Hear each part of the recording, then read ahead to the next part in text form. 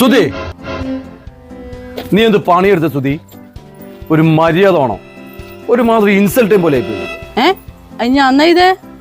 ഞാനെന്നാ ചെയ്ത്. എടി, ഇച്ചിരി കോമൺ സെൻസ് ഉള്ളവർ ചെയ്യുന്ന പണി ചെയ്ത് നാലാള് കണ്ട നാണം കിട്ടുമായിരുന്നു. നിങ്ങളെന്നാ പറയുന്നു? അനക്കൊന്നും മനസ്സിലാവുന്നില്ലേ? എനിക്കൊന്നും മനസ്സിലാവില്ല. മനസ്സിലാവണെങ്കിൽ തലേണ്ടുള്ള എന്തെങ്കിലും വേണോ? പെൺബുദ്ധി പിൻബുദ്ധി എന്നെല്ലാം പറയുന്ന വെറുതെയാ.